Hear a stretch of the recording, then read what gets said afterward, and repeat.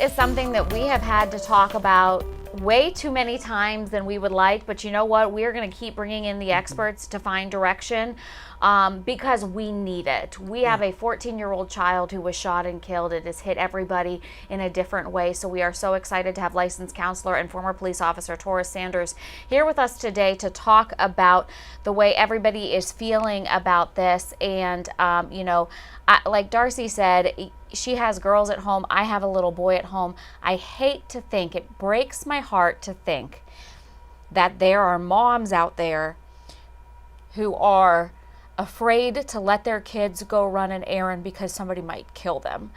And if there's a mom tonight who's watching this and who's feeling that way, what's your advice? Well, we can't live in fear, not the behavior fear. And I think we can feel it, because it is a feeling. But there's a difference when it becomes a behavior, because that's not really helpful. That doesn't move us forward. And, like I said earlier, just being aware. And I think, unfortunately, it sounds like there were some problems at the store to begin with. And unfortunately, the situation just, exposed it even more. So not to live in fear. That's not helpful. We brought you in because we wanted our viewers to be able to ask questions, and we've gotten several questions. The first is, hi, I have a 15-year-old grandson who is headed for serious trouble. Interventions have failed. What is available to help me help him? So I guess it depends on at what point this particular juvenile is in the process. If they're still currently in diversion, maybe arbitration or pretrial intervention as far as like counseling or some other community service, things like that. But they can also do additional counseling outside of that to focus on those behavioral and emotional issues as well. So it just depends on where they're at in that process. What are those trigger behaviors that parents should say, wait a minute, I think this is not going to work out well? What do little boys do as that first sign for, and I'm sure it's different with every child. Sure. But are there some basic things that parents should say, all right, I need to maybe get a little bit more help when it comes to this? So typically you see the defiance, you see the opposition behavior or verbalization. It could be the isolating and withdrawing as well. That's on the opposite end of the spectrum. But I think most parents know their children.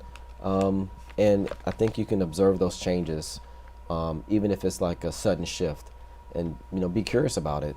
And know that something might be influencing them outside of that. All right, we know we have some more questions to get to. Are Black children automatically prone to suffer more violence? This is from Matilda in North. This is something we heard a lot, frustration from our viewers yesterday, feeling targeted. Well, I think, I understand she use the word violence, but I think trauma is probably more appropriate in my response. And, I think trauma has become a very useful word over the last couple of years, and I think it needs some clarification about what it is and what it isn't. And, I think generally when people think of trauma, they think of, things like 9/11 or some mass casualty, when really trauma is what happens inside of you because of what happened to you. So your reaction to something could be quite different than mine, and on a general scale it could be traumatic, but for whatever reason I don't have the same reaction. So if you go to the emergency room, they're looking to see what's inside of you that may be wrong, that they can miss, that could be life-threatening, right? That's the trauma response. What is going on inside of you? What's happened in response to whatever's happened outside of you? We've got time for one more question. Let's see what that question is from our viewer. How do you talk to your child if their friend was the victim? And what do you say to them?